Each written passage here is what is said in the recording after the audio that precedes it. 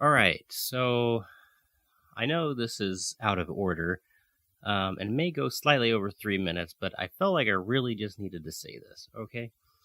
So I live in Oregon, and I've seen this proposed bill that if it gets 100,000 signatures or so, it could go onto the ballot to be voted on. This piece of legislation would effectively ban any semi-automatic weapon that can hold more than 10 rounds. Why do I care? Because getting rid of guns is really not the answer. It's not the thing we should be focusing on. Guns are not the problem, America. The real issues are really much deeper. Here are just my thoughts. These are just my thoughts. But I wonder, why is it mainly white young men that walk into schools and shoot people? Or why is it young black men that join gangs that contribute to gun violence, which is 80% of gun deaths in America are related to drugs?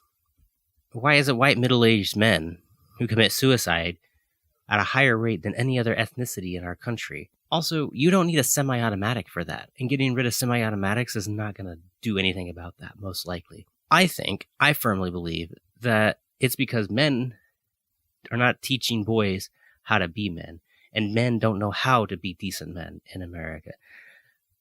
Boys don't have any positive role models in their lives. Their view of masculinity is warped, and if they have a father in their house, he's likely ill-equipped or ill-informed or unengaged.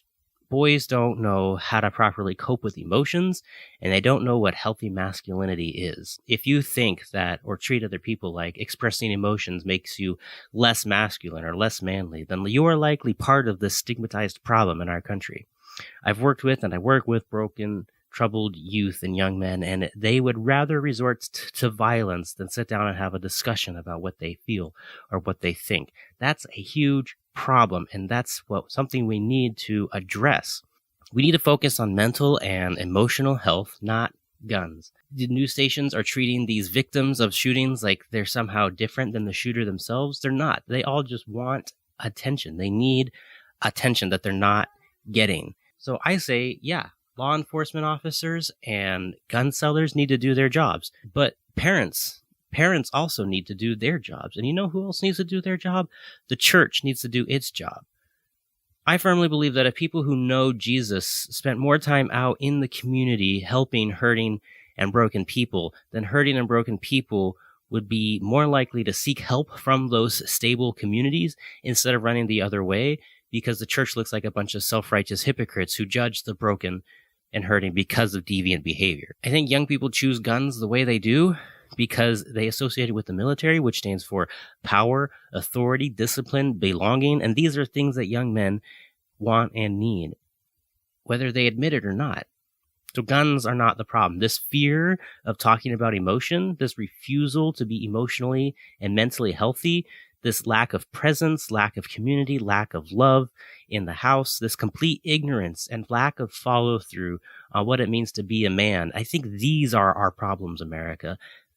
There's a reason that adults make laws and rules and not kids, because kids do not know what they need. Kids don't need guns banned. Kids need positive, constructive, healthy parenting and role models. And they needed it 20 years ago. And they still need it. We can't change the past, but we can change tomorrow. But that only happens with everyone doing their part, okay? If you see this video and you relate to that person that has a hard time talking about emotions or doesn't feel safe doing so, please talk to me, talk to a counselor, talk to a close friend. The suicide prevention hotline in the description below. Talk to somebody. Talking about problems and emotions doesn't make you weak. It doesn't make you any less of a person. Don't let anyone tell you that, and don't you dare tell anyone that. Okay, it takes strength, it takes intelligence, it takes bravery, and that's what we need more of. We need people who can talk about tough things decently, respectfully, and intelligently. So share this video. Let's end the stigma around mental and emotional health and masculinity. Let's be reasonable people.